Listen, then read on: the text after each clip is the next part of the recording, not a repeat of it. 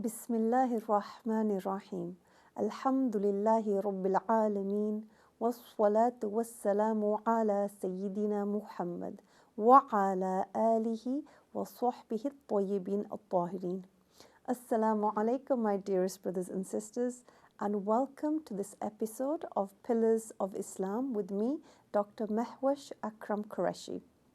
I start with the name of Allah. I praise Allah and thank Him for the blessing of Islam. I ask Allah to raise the rank of our Prophet Muhammad sallallahu alaihi wasallam, his Muslim family, his companions, and to protect his nation from what he feared for them. Now, today's lesson we're going to be talking about the importance of learning the religious knowledge. Now, whenever a person wants to do something beneficial, they should start by correcting their intention, because for the good deeds to be rewardable, they need to be done sincerely for the sake of Allah alone. In other words, you do the good deeds seeking the reward from Allah alone. Now, if one is serious about preparing for their hereafter and being a winner on the Day of Judgment, it's critical for one to correct one's intention and to do the good deeds in compliance with the rules of the religion. Al-Bukhari and others narrated that the Prophet sallallahu alaihi wasallam said, "Innamal a'malu binniyat," which means the good deeds are rewarded according to one's intentions. So, may Allah have mercy upon us. Correct your intentions and seek reward from Allah, our Creator, of whom we are all in need of and who needs none. Thereafter, Allah revealed in the Quran, قُلْ هَلْ نُنَبِّئُكُمْ بِالْأَخْسَرِينَ أَعْمَالًا. This means, do you want to know which people are among the biggest of losers? This is Ayah 103 of Surah Al-Kahf, Surah 18. In the next ayah, we get the answer to this question. الَّذِينَ ضَلَّ سَعْيُهُمْ فِي الْحَيَاةِ الدُّنْيَا وَهُمْ يَحْسَبُونَ أَنَّهُمْ يُحْسِنُونَ صُنْعًا. This means, it is those who were misguided in this life, but thought they were guided. In other words, among the biggest of losers are those who are misguided, while they think that they are following the correct path. And that's Ayah 104 of Surah Al-Kahf. Now, these verses show that just thinking that one is doing good, it's not enough. For example, an idol worshipper might make an idol out of gold, decorate it with diamonds, and then worship it. They might do this thinking that they are doing something good which will benefit them after they die. However, in reality, they are committing kufr, which will not benefit them. Therefore, from the ayah, the verses that I've mentioned, it is clear that for one to be obedient to Allah, it is not enough just to be born to Muslim parents. For one to be safe in the hereafter, it is not enough just to be named Ahmed, Umar, Ali, Fatima, Khadija, or the like. For one to acquire paradise in the hereafter, it is not enough just to want it. Rather, to get paradise in the hereafter, one needs to follow the Prophet sallallahu alaihi wasallam in this life. Now, to follow the Prophet sallallahu alaihi wasallam, one needs to know what the Prophet sallallahu alaihi wasallam told us to do and what he told us not to do. And to know these matters, one needs to learn what the Prophet sallallahu alaihi wasallam taught. In other words, for one to save oneself from hellfire and to acquire paradise, one needs to first learn the religious knowledge and then implement it. Now, I cannot guarantee myself safety on the Day of Judgment, and I cannot guarantee it for you. However, I can tell you the way that leads to paradise and saves one from hellfire, insha'Allah. This is because Allah Ta'ala revealed in Surah At-Tahrim, Surah 66, Ayah 6. يا أيها الذين آمنوا قوا أنفسكم وأهليكم نارا وقودها الناس والحجارة. This means, O you who believe, protect yourselves and your families from hellfire, which is fueled by people and stones. Al-Hakim narrated in his Mustadrak that Ali radiyallahu anhu said that the way to protect yourselves and your families from hellfire is to learn oneself and teach them the religious knowledge. So, a person protects themselves and their family from hellfire by acquiring the religious knowledge.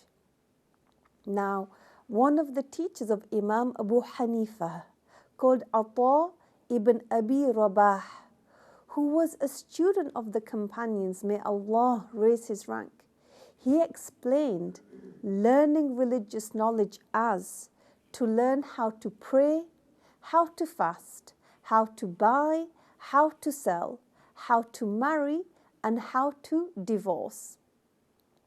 In an authentic hadith narrated by Al-Bayhaqi in Shu'ab al-Iman, the Messenger of Allah sallallahu alayhi wasallam said, "Talabul ilmi faridatun ala kulli Muslim," which means seeking the religious knowledge is obligatory upon every Muslim, whether male or female. Seeking the religious knowledge is obligatory upon every Muslim, whether male or female. This means that there is a minimum amount of religious knowledge that every male and female needs to learn so as to be safe on the Day of Judgment. Now, by learning the personal obligatory knowledge of the religion, one is able to discriminate between what is lawful halal and what is unlawful haram, and what is valid and what is invalid. So, the personal obligatory knowledge is not just for a certain group of people. All of us are in need of this knowledge so as to be obedient slaves of Allah who fulfill the obligations and avoid the sins. Now, whether a person is a doctor or a nurse, a school teacher, a college student, a plumber, a taxi driver, a housewife, or a shopkeeper, or other than that, one needs to learn the personal obligatory knowledge of the religion so as to be safe in the hereafter. Now, if someone does not learn, how would they know what is an obligation so as to do it? If someone did not learn, how would they know what are the sins so as to avoid them? Now, sadly, in the times that we are living in, there are many people who do not learn how to pray, how to fast in the proper way. Many men, for example, divorce their wives whilst angry, without realizing that the divorce still takes place. Many people do not learn how to buy and sell in compliance with the rules of the religion, and so their transactions are invalid. And many people do not learn how to pray and how to fast in the proper way, so their acts of worship are invalid. Thereafter, when learning the personal obligatory knowledge, one starts with the most important matter first, the basics of belief and how to protect it. After this, a person learns how to purify and pray, as well as other matters such as fasting, zakah, and hajj. A person learns about the matters such as buying and selling, renting and hiring, and other transactions, and marriage and divorce, followed by the obligations of the heart and the sins of the different body parts. Now, among the reasons why a person starts by learning the basics of belief is because one's good deeds are not rewarded in the hereafter if a person does not have the correct belief in Allah. This is as Imam al-Ghazali, who died 505 after the Hijrah, he said, لا تصح العبادة إلا بعد معرفة المعبود, which means the acts of worship are not valid unless you know the one whom you worship. In other words, one's prayers, one's fast, hajj, and other acts of worship are not valid and are not rewardable if one does not have the correct belief about Allah. Ibn Majah narrated that the companion Jundub, the son of Abdullah, he said, كنا مع النبي ونحن فتيان حزاورة فتعلمنا الإيمان قبل أن نتعلم القرآن ثم تعلمنا القرآن فازددنا به إيمانا. This means, when we were young men, the Prophet ﷺ taught us about the issues of belief before he taught us the Quran. The Prophet ﷺ then taught us the Quran, and this added to our belief, our iman. Now, this hadith does not mean that the Quran does not teach us about the matters of belief, but rather this hadith emphasizes that one needs to learn from a teacher and prioritize the learning of the issues of belief above all other matters. This is because a person might read a part of the Quran, misunderstand it, and become misguided. So, one should be cautious about reading so-called translations of the Quran. The one who learns the basics of belief and other rules of the religion and implements them will be successful in the hereafter.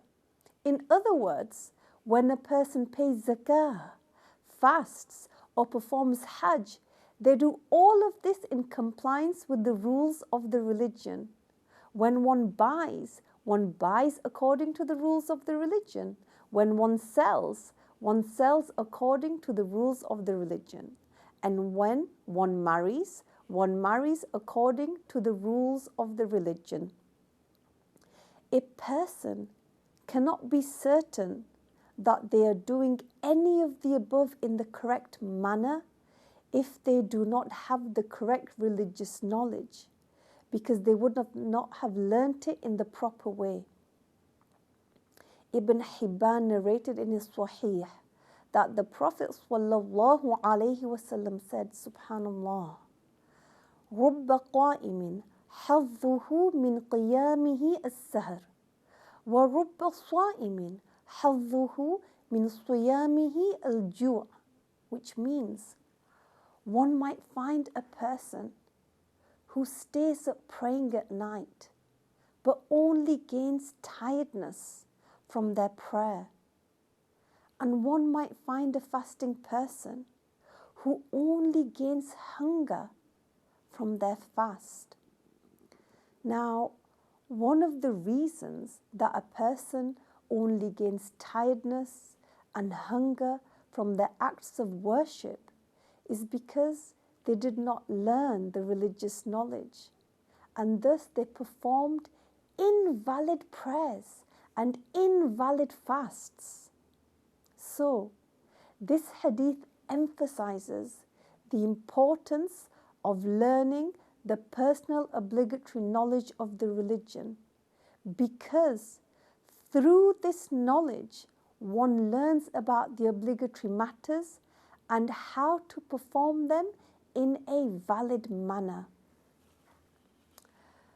For example, the prayer and wudu are invalidated if certain parts are partially or completely left out. Now, these parts are called integrals, and one can only know about them by acquiring the knowledge in the proper way. For example, a person might ask or might be asked about the obligatory parts of wudu. In other words, the parts of the body that need to be washed to ensure that the wudu is valid. A person who did not learn in the proper way may mention the face, but when asked, what is the boundary of the face? Like, are the sideburns part of the face or not? They're unable to answer. Some people would not know the answer to these questions because these issues have never occurred to their minds. However, if a person is not sure about the boundaries of the face, then they cannot be sure if their wudu is valid. And if they are not sure that their wudu is valid, then they cannot be sure that their prayer is valid. Similar to this is the case of fasting, zakah, hajj and other matters. The learned Muslim seeks to eat and drink what is halal, lawful, dress in what is lawful, and live in a lawful place because they can differentiate between what is lawful and what is unlawful. They do not cheat others or steal because they observe the rights of the others. The pious Muslim does all the good deeds in complete sincerity to Allah because they know that this is a condition for earning the reward, the blessings and the benefits in this life and the next. The person who acquires and applies this knowledge as it is ordered in Islam will be successful in this life and the next. Therefore, we should be eager to acquire the religious knowledge. Ibn Hibban narrated in his Sahih that the Prophet ﷺ said, "Man salaka tariqan yatlubu fihi ilma, sahhala Allahu lahu bihi tariqan ilal jannah," which means, whoever takes the path to seek religious knowledge, Allah facilitates for them a path to paradise. Whoever takes the path to seek religious knowledge, Allah facilitates for them a path to paradise. The Prophet ﷺ did not say that if a person has a lot of money, a nice car, a big house, that Allah will make the path to paradise easy for them. No. Rather, he said, ﷺ, that Allah makes the path to paradise easier for the one who learns the religious knowledge. This is why Ali radiyallahu anhu said, knowledge is better than money. Knowledge protects you, whereas you protect your money. Also note that if ignorance had been a general excuse, then ignorance would have been better than knowledge. In other words, the ignorant person would have an excuse for everything in the hereafter, while the knowledgeable person would be held to account. And this is not the case. Remember that with each breath, a person moves closer to their death. One cannot bring back the moments that pass. So with each breath, one needs to think about one's hereafter, because the one who does not think about the hereafter might not prepare for it. Al-Bukhari narrated in his Sahih that Imam Ali radiyallahu anhu said, ارتحلت الدنيا وهي مدبرة وارتحلت الآخرة وهي مقبلة ولكل واحدة منهما بنون فكونوا من أبناء الآخرة ولا تكونوا من أبناء الدنيا اليوم العمل ولا حساب وغدا الحساب ولا عمل. This means this world is coming to an end and the hereafter is coming closer, and both the dunya and the hereafter have their people. So be among the people of the hereafter and do not be among the people attached to this world. In this life, one performs the deeds without being held to account. But in the hereafter, one is held to account without being able to do the good deeds. Let us conclude with ayah 281 of Surah Al-Baqarah, Surah 2, the last verse of the Quran to be revealed. وَاتَّقُوا يَوْمًا تُرْجَعُونَ فِيهِ إِلَى اللَّهِ ثُمَّ تُوَفَّى كُلُّ نَفْسٍ مَا كَسَبَتْ وَهُمْ لَا يُظْلَمُونَ. This means, and fear the day that you will be resurrected, when each person will get the results of what they acquired in this life, and none shall be dealt with unjustly. Let us exert ourselves to acquire paradise, which is much better than anything in this dunya. This is because the Prophet ﷺ said, paradise has what no eye has seen, no ear has heard, and no heart has imagined. May Allah enable us to die as Muslims and bless us with a place in the highest gardens of paradise. I hope you can join me each week, insha'Allah. And together we will learn, insha'Allah, the personal obligatory knowledge of the religion. And Allah knows best. Assalamu alaikum wa rahmatullahi wa barakatuh.